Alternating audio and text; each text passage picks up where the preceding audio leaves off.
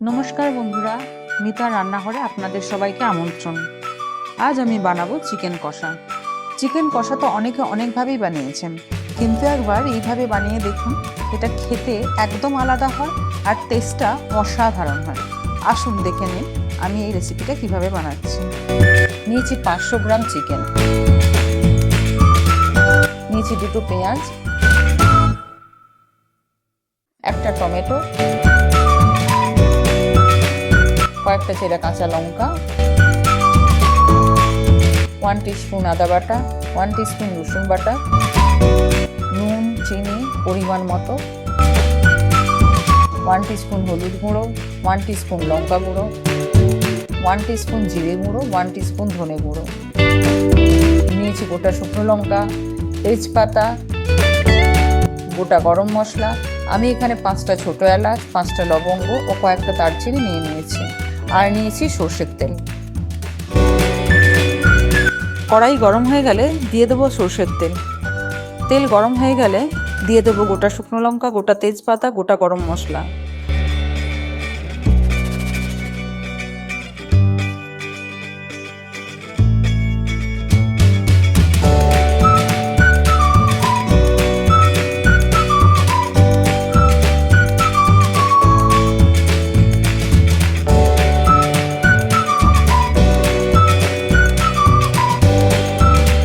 এগুলো কয়েক সেকেন্ড নাড়াচাড়া করে দিয়ে দেবো কেটে রাখা পেঁয়াজ।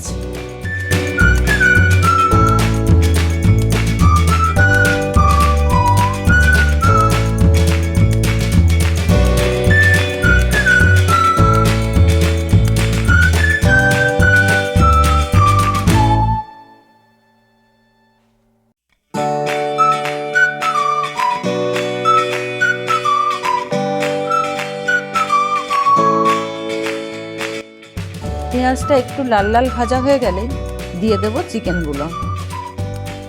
চিকেনটা দেওয়ার পরে হাই ফ্লেমে কিছুক্ষণ এটা ভালো করে ভেজে নেব।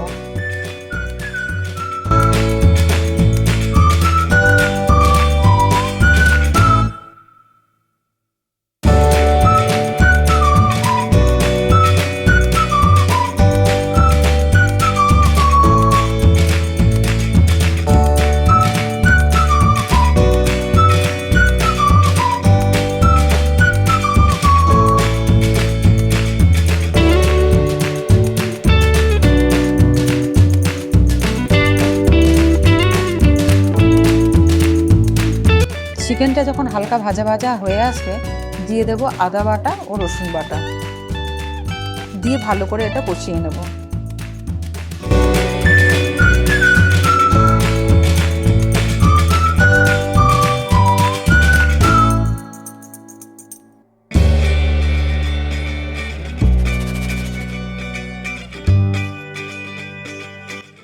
আদা রসুনের কাঁচা গন্ধ চলে যাওয়ার পরে দিয়ে দেবো হলুদ গুঁড়ো, লঙ্কা গুঁড়ো, ধনে গুঁড়ো আর জিরে গুঁড়ো, দিয়ে আরেকবার কষিয়ে নেব।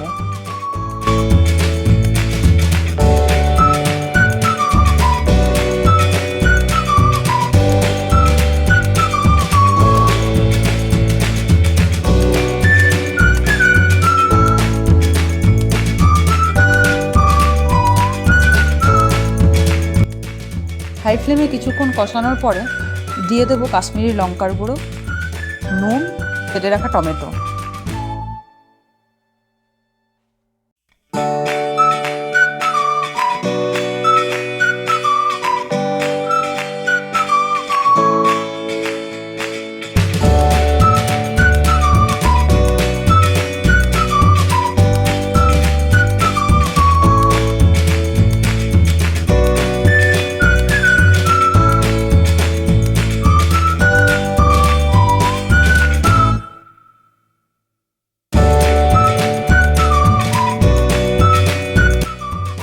এবার আমি চিকেনটাকে গ্যাস কমিয়ে ভালো করে ঢাকা চাপা দিয়ে কিছুক্ষণ কষিয়ে নেব।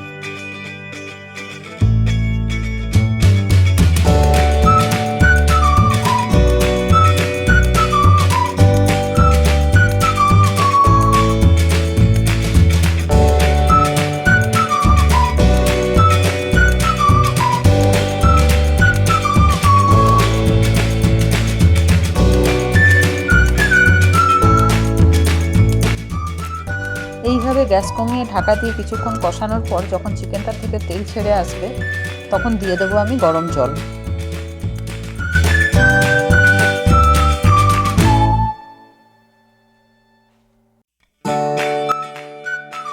জলটা ভালো করে নেড়ে মিশিয়ে নেওয়ার পরে দিয়ে দেবো গোটা কাঁচা লঙ্কা। তারপর গ্যাস কমিয়ে ঢাকা দিয়ে রেখে দেবো কিছুক্ষণ, যতক্ষণ না চিকেনটা সেদ্ধ হয়। গরম মশলা গুঁড়ো ও কাসুরি মেথি দেওয়ার পরে গ্যাসটা বন্ধ করে দেবো আর ঢাকা দিয়ে রেখে দেবো কিছুক্ষণ পর আপনাদের আমি পরিবেশন করে দেখাচ্ছি।